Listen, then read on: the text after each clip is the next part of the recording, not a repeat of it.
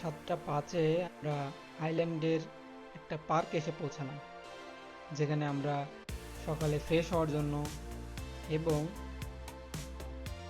এক্সারসাইজের জন্য এবং toilet use করার জন্য সেখানে পৌঁছালাম। জায়গাটা অনেক সুন্দর এবং সকালটা ছিল একটু মেঘাচ্ছন্ন এবং একটু আগেই বৃষ্টিটা থেমেছে। আমরা খুবই চিন্তায় ছিলাম যে বৃষ্টি হবে কিনা। তো যাই হোক, সকালের এক্সারসাইজটাও এখানে আমরা সারতে শুরু করলাম। তারপর এবং পাশের যে দৃশ্যটা সেগুলো দেখতে শুরু করলাম, যে পার্কটা ছোট হলেও একেবারেই ছোট, রাস্তার পাশের পার্ক, কিন্তু বেশ সাজানো গোছানো। সেখানে একটা ওয়াকিং ওয়ে ছিল, যেটা অনেক সুন্দর হাঁটতে, এবং পাথর বিছানো যাতে পায়ের ফুট এক্সারসাইজটা হয়ে যায়।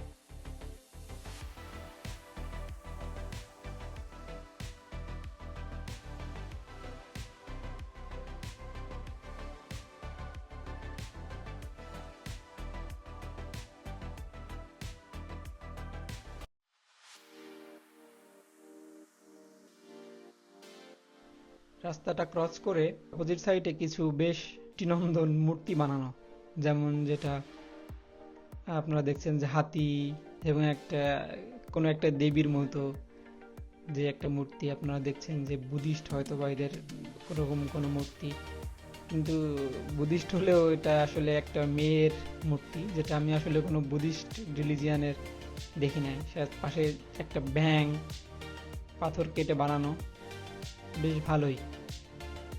এবং সাথে আরো একটা মূর্তি ছিল, যেটা আপনারা দেখছেন যে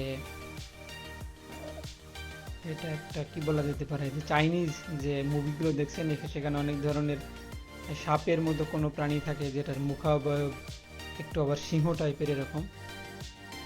পাশে বেশ কয়েকটা জিরাফ এর মূর্তিও বানানো, স্ট্যাচু, যেগুলা দেখতে বেশ দৃষ্টিনন্দন। তবে সেগুলো কোথাও ট্রান্সপোর্ট করার জন্য এখানে রাখা হয়েছে, বেশ অগোছালো ভাবেই আর কি এখানে। তো আমরা একটু দেখার চেষ্টা করলাম যে আসলে মূর্তিগুলো কেমন। একটা বানর আছে, সাথে একটা ইঁদুর, পাশে কিছু সৈন্য, আবার একটা পেছনে গণেশের মতো কাউকেও দেখা যাচ্ছে। তো এরকম বেশ কয়েকটা স্কাল্পচার আমরা দেখলাম এখানে।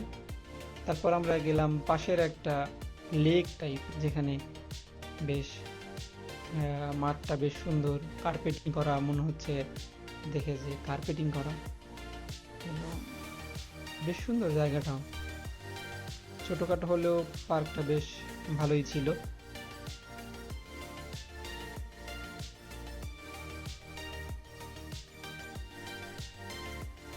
এবং কৌতূহলবশত আমরা একটা সিঁড়ি দিয়ে নেমে দেখতে গেলাম যে পানিতে কি, উপর থেকে দেখলাম যে পানিতে স্কুইড।